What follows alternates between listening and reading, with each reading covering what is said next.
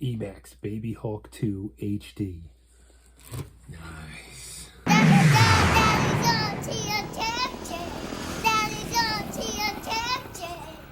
Subscribe. Ding the bell. Tiny Hawk 2, Tiny Hawk 2 Race, Tiny Hawk 2 Freestyle, a Hawk Pro, and now BabyHawk 2 HD. As you can see, I love Emax. They always come tuned great. Let's get it out of the box. In the box, you've got some Emax stickers. You've got instructions for the TX Vista with the Nebula Pro camera. And you've got an Emax card with all their emails and websites and QR codes. And of course, you've got the BabyHawk 2 HD. Man, this thing is so nice looking, but we'll get to that in a minute. You've got some spare screws and standoffs, and they give you 4 propellers. Be nice to get an extra set, but at least you've got a set to get you up in the air. And this is, as they say in industry first, a 3.5-inch propeller. These should be really nice.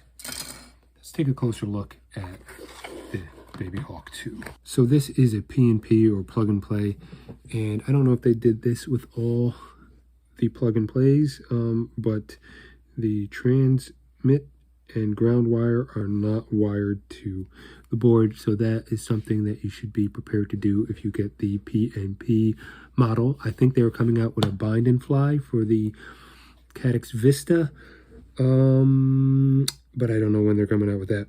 So you got to do solder a couple of wires to get this one to work if you're going to use the DJI remote, and that's what I plan to do. But let's take a look at this quad. They say in their advertisement that they spent 2 years designing this. Now, whether they did or not, I don't know, but it certainly looks like they did. They went to extreme measures to try to cut down weight everywhere they could. The ends here are cut down, the front is cut off. This part in here, I'm not sure if you can see it, but in here they cut out some of the carbon fiber in here to save some weight. They cut out some carbon fiber here over the Vista, also for ventilation and to save weight. Just the shape of it all, where they cut out carbon fiber anywhere they possibly could to save weight. The design of the antenna, it does look like at least a year or two of designing to get this quad to fly beautiful and be under 250 grams, and that was their goal. And I think they did a great job, even with the TPU mount for the camera up here. It looks like it would be flimsy, but I mean, it's on there. It's on there good. I don't think you're gonna move that. Maybe in a crash, if you hit the camera, it's gonna come off maybe. But for what it is, they did a great job. And Emax always has good tunes straight out of the box, so you don't really have to mess around much with the PIDs or the rate profiles to get a good flight.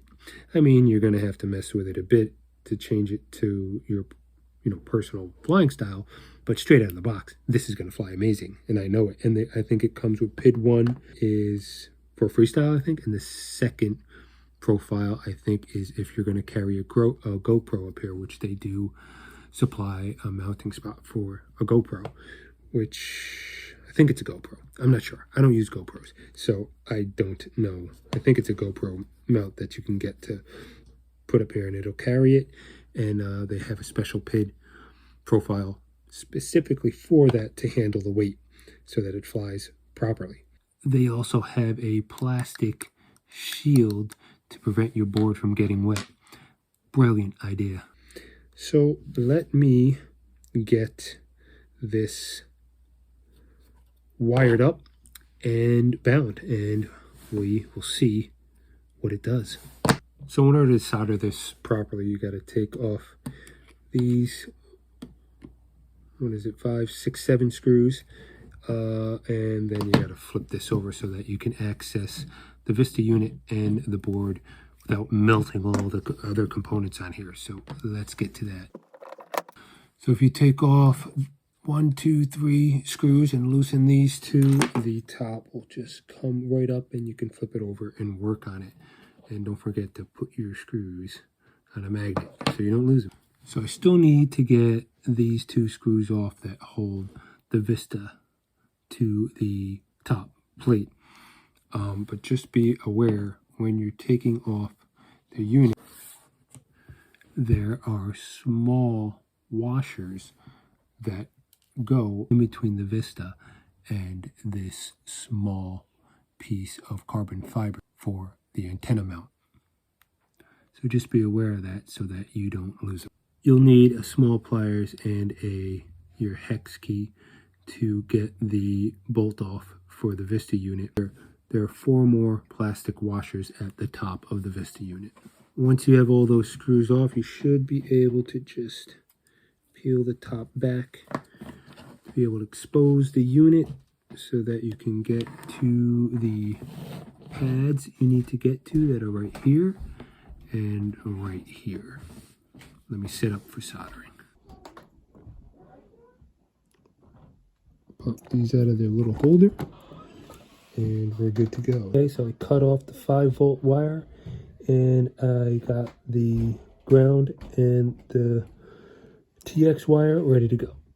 So if you have the plug and play BabyHawk 2 HD, don't follow the Emax video on the Emax website. The guy in the website tells you that in the video, he tells you that this here is your ground and this here is your transmitter. This is your ground and this is your S bus. So you want to run your S bus from the Vista to the S bus on the flight controller, and your ground from the flight controller to your ground on the Vista. So he wired these 2 up backwards. Wire for the ground and for the TX pad, and you're going to solder the ground to a ground on the flight controller, and then the TX wire from the Vista is going to go to the S-Bus pad on the flight controller. Now after you do that, you're going to want to go over to Emax USA. So he explained it somewhat right, but he's got the ground wired to the S-Bus and the S-Bus wired to the ground. And then he shows that he's using the quad. He must have done that on a separate quad, not on the quad that he was using, because the quad he was using was working. And if you wire it up that way, it's not going to work. Now, let's get this back together. DJI Assistant 2 updated to the current version. So you also might want to get the CLI dump for the bind and fly. What you need to do, I don't think you have to do it, you could probably configure it yourself, but I did it. I didn't even check. I just got the CLI dump and I just put it right in Betaflight. So what you need to do is you go to emaxusa.com and you go to customer support. You go down to Emax knowledge base and explore now. Go to BabyHawk HD. Go down to the bind and fly. Click that. And you get the complete CLI dump. And then you just go over here and you download it. And then you just go into Betaflight. You go down to the CLI on the bottom. You'll see load from file, and you load the file that you just downloaded. So we've got the quad back together. We got the blades on, and it looks awesome. We're gonna weigh it up and with a couple different batteries. I don't have 850s because they haven't arrived yet, but we're gonna use 650 cells, and we're gonna weigh it up, and we're also going to use a 3000 lithium ion pack and see how it does with that. Let's get it weighed. BabyHawk 2, 137 grams with their Emax strap, 140 342 grams with a 650 4-cell lipo, 221 grams, and with the 850 lipo should still be under that 250 mark. If we put on a 3000 lithium ion, you're at almost, you're at 344. So you're not under the 250 with that, but that'll get you some flight time.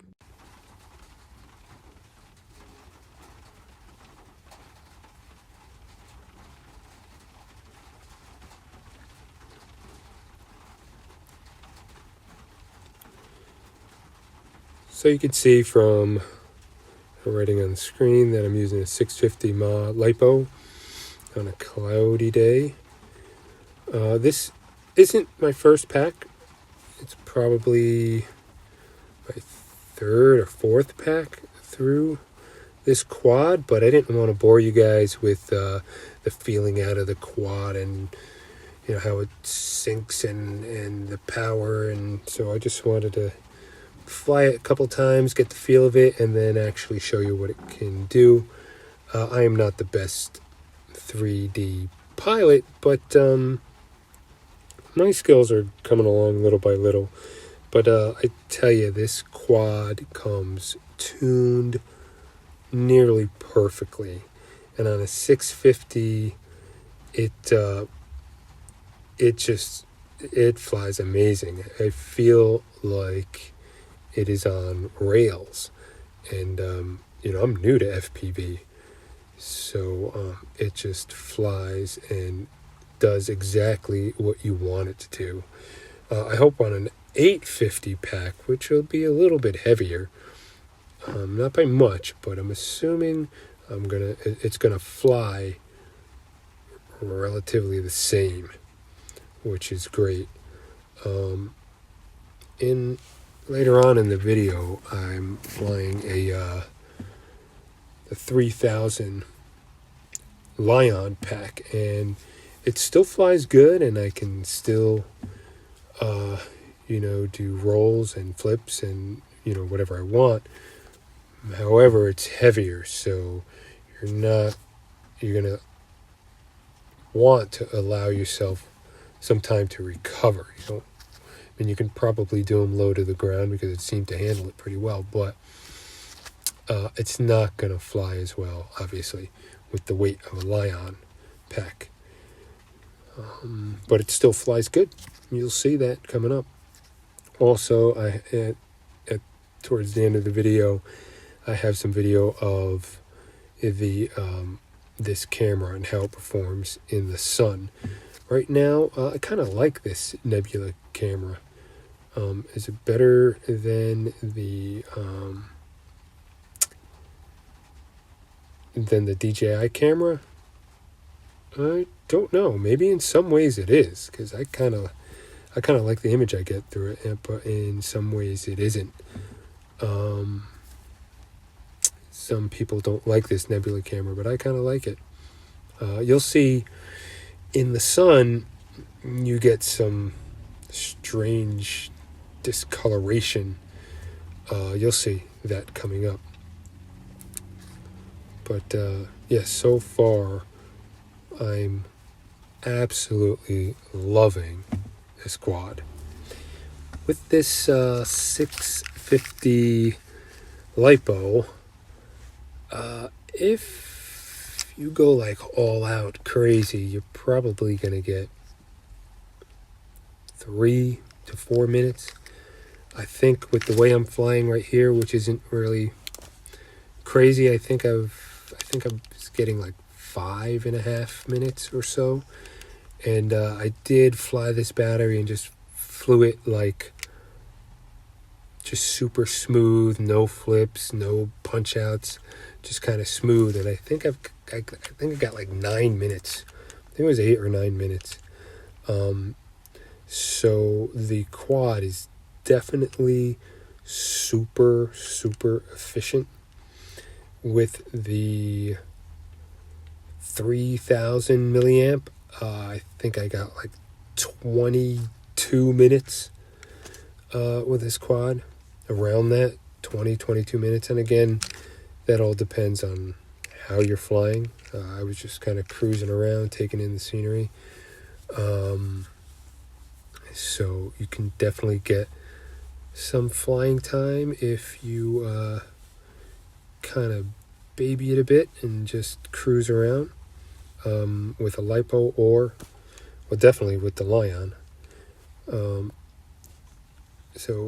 Excuse my freestyle. I'm not very good at it yet. I'm trying to learn some maneuvers and stuff. But here I'm coming in for a landing, and the next video you're gonna see we've got a sunny day using the same 650 mAh lipo.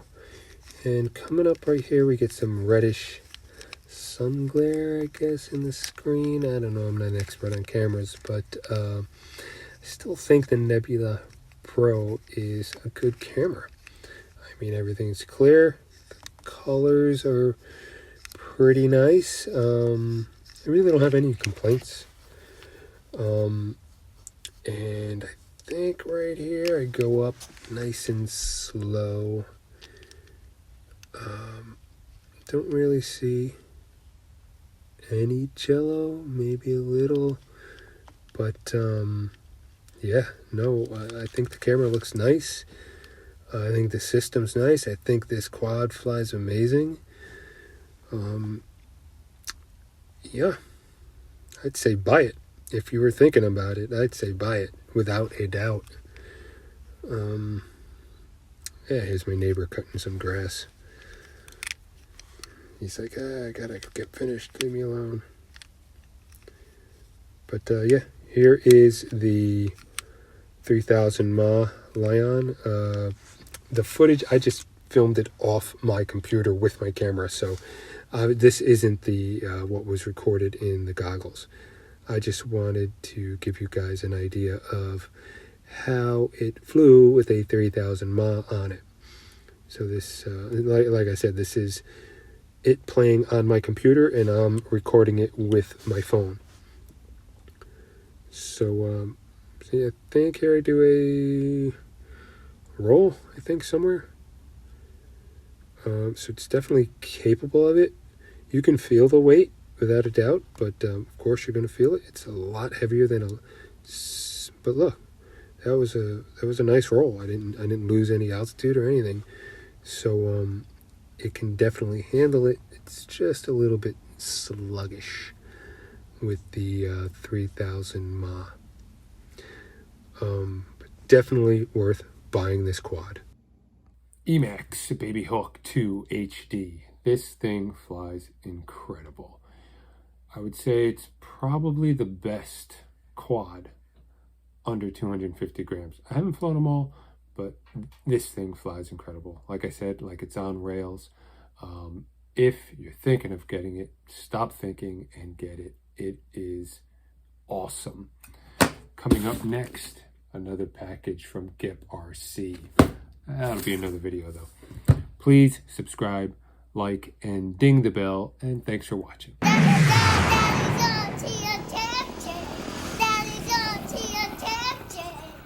Subscribe. Ding the bell.